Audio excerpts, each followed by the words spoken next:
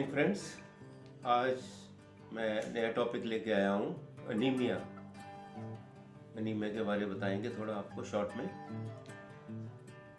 अगर simple language में देखें तो अनीमिया बोलते हैं कि ब्लड का लॉस हो जाना, ब्लड कम हो जाना बॉडी में, ब्लड की एक कमी हो जाए तो उसको अनीमिक बोलते हैं एक्चुअली। अगर हम मेडिकल और टेक्निकल वर्ड टर्म्स में देखें तो जो हीमोग्लोबिन अगर कम हो जाता है हमारे ब्लड में तो उसको आदमी को अनीमिक बोलते हैं।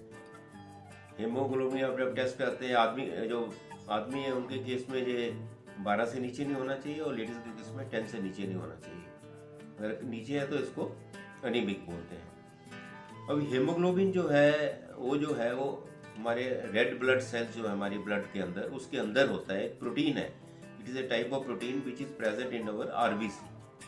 और इसका ये काम होता है, ये जो ऑक्सीजन है ब्लड में उसको ये कैरी करता है टुवर्ड्स वेरियस सेल्स, जो हमारी बॉडी की वेरियस सेल्स है, डिफरेंट ऑर्गन्स में लेके जाता है ताकि हमें एनर्जी मिले। वहाँ से सेल्स को एनर्जी मिलती है, इनडायरेक्टली हमें एनर्जी मिलती है। ये हीमोग्लोबिन का वेरी इंपॉर्टेंट रोल है, ऑक्सीजन को वहाँ लेके जाना। अगर ऑक्सीजन नहीं जाएगी तो फिर सेल्स डेड होनी शुरू हो जाती हैं, फिर सब गड़बड़ हो जाता है, डेथ भी हो सकती है आदमी। अगर किसी तरह से आरबीसी की प्रोडक्शन कम हो जाए या आरबीसी अच्छी तरह से काम ना करे तो हीमोग्लोबिन भी नेचुरली कम हो जाएगी। हीमोग्लोबिन कम हो जाएगी तो फिर एनीमिया हो जाता है। उसके कई कारण वो आगे मैं बताऊंगा आपको।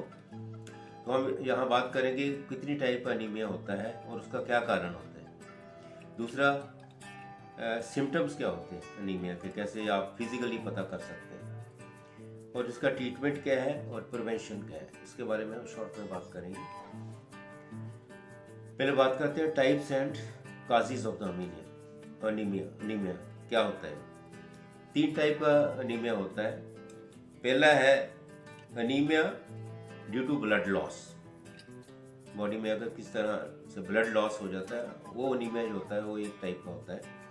दूसरा होता है लेस प्रोडक्शन ऑफ आरबीसी और फॉल्टी प्रोडक्शन ऑफ आरबीसी, उसके कारण। तीसरा होता है डिस्ट्रक्शन ऑफ आरबीसी टूट जाते हैं, बस्ट हो जाते हैं, वो भी एक अनीमिया एक टाइप का होता है। उसके भी अलग अलग कारण हैं, तीनों को मैं बताऊंगा। पहला अनीमिया लेते हैं due to loss of blood. ये जो अनीमिया है, जैसे हमारा कोई डिजीज हमारे स्टमक में आ जाती है, जैसे डायरिया, ब्लडी डायरिया हो जाता है, उसमें ब्लड लॉस हो जाता है। जहाँ कोई सर्जरी कराते हैं उसमें ब्लड लॉस हो जाता है। या फिर अल्सर होता है हमारे स्टमक में, या कैंसर होता है उसमें ब्लीडिंग होता रहता है, उस केस में भी ब्लड लॉस हो जाता है। ये भी उसके कारण बनते हैं। और गैस्ट्राइटिस एक डिजीज़ होती है स्टमक में, उसके कारण भी ये anaemia due to blood loss हो जाता है। और जो विमेन है उनमें अगर पीरियड हैवी हो जाते हैं, काफ़ी बहुत देर तक होते हैं, जल्दी हो जाते हैं, उसके लिए ब्लड लॉस विमेन में हो जाता है, वो भी कारण बनता है इसका। ये सब कारण है ड्यू टू ब्लड लॉस के कारण एनीमिया होता है। दूसरा है due to less production of RBC, और जो आरबीसी है दैट इज फॉल्टी आरबीसी। इसके क्या कारण होते हैं? ये जो हमारी बोन मैरो है, ये आरबीसी, डब्ल्यूबीसी और प्लेटलेट्स तीनों को बनाती है, बोन मैरो ही बनाती है। अगर बोन मैरो में कोई फॉल्ट आ जाता है, बोन मैरो में प्रॉब्लम आ जाती है तो आरबीसी की प्रोडक्शन कम हो जाती है, या फिर फॉल्टी होते हैं, वो हेल्दी नहीं रहते वो आरबीसी, और प्रोडक्शन कम हो जाती है। उस आरबीसी कम हो जाएंगे तो हमारा हीमोग्लोबिन कम हो जाएगा, हीमोग्लोबिन कम हो जाएगा तो हमारा एनीमिया हमें एनीमिक हो जाएंगे हम। दूसरा है स्टेम सेल्स की प्रोडक्शन कम हो जाना। स्टेम सेल्स जो होते हैं वो उसका काम है नए सेल्स बनाने का। अगर स्टेम सेल्स ही कम बनते हैं, वो भी एक रिलेटेड है आपके बोन मैरो से, तो उस केस में भी ये एनीमिया हो जाता है। देन आयरन की डेफिशिएंसी, हम जो ऐसा फूड ले रहे हैं जिसमें आयरन नहीं है ज़्यादा, उसके कारण आयरन की डेफिशिएंसी हो जाती है, वो भी एनीमिया का एक कारण है, इसी एनीमिया का। देन विटामिन डेफिशिएंसी और फोलिक एसिड डेफिशिएंसी से भी हो जाती है। देन तीसरा है destruction of RBC. RBC fragile बनते हैं, या बहुत वीक होते हैं, वर्स्ट हो जाते हैं अपने आप, ज़्यादा देर नहीं रहते वो। ये भी एक बोन मैरो से ये प्रॉब्लम आता है। तो इसके कारण भी एनीमिया हो जाता है, जैसे हेमोलिटिक एनीमिया होते हैं, इंटरनल ब्लीडिंग हो जाता है उससे, आरबीसी टूट जाते हैं और ब्लीडिंग कर देते हैं अंदर, इंटरनल ब्लीडिंग हो जाता है। ये न्यू बॉर्न बेबीज में भी काफ़ी पाया जाता है, हेरिडिटरी भी होता है जी, जिसको थैलेसीमिया बोलते हैं, थैलेसीमिया। अब इसमें आपके सिम्टम्स कैसे, आप कैसे फिजिकली आपको आइडिया लगेगा कि मैं एनीमिक हूँ। उस केस में स्किन आपकी येलो हो जाती है। अभी जो आपका पीलिया होता है उस केस में भी येलो होती है, वो पेल येलो टाइप होती है। इस केस में वाइटिश हो जाती है या येलिश हो जाती है थोड़ी, ऐसे लगेगा ब्लड ही नहीं आपके बॉडी में। दूसरा फटीग, आपको बहुत ज़्यादा कमजोरी होती है, थोड़ा सा काम करेंगे थक जाएंगे, काम करने को दिल नहीं करेगा। दूसरा रैपिड हार्ट रेट बहुत बढ़ जाता है।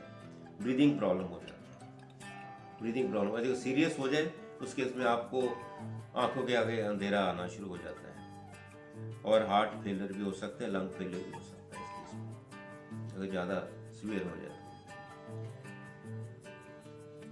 देन हम बात करेंगे इसके ट्रीटमेंट के बारे में, क्या ट्रीटमेंट है इसका। अभी जो ट्रीटमेंट है वो क्यों हो रहा है, उसके कारण, पहले किस कारण एनीमिया हो रहा है उसको देख के फिर ट्रीटमेंट किया जाता है। जैसे कि अगर कोई डिजीज के कारण हो रहा है, बॉडी में ब्लड लॉस हो रहा है, ब्लड, तो उसके ट्रीटमेंट उस हिसाब से दिया जाता है उसको।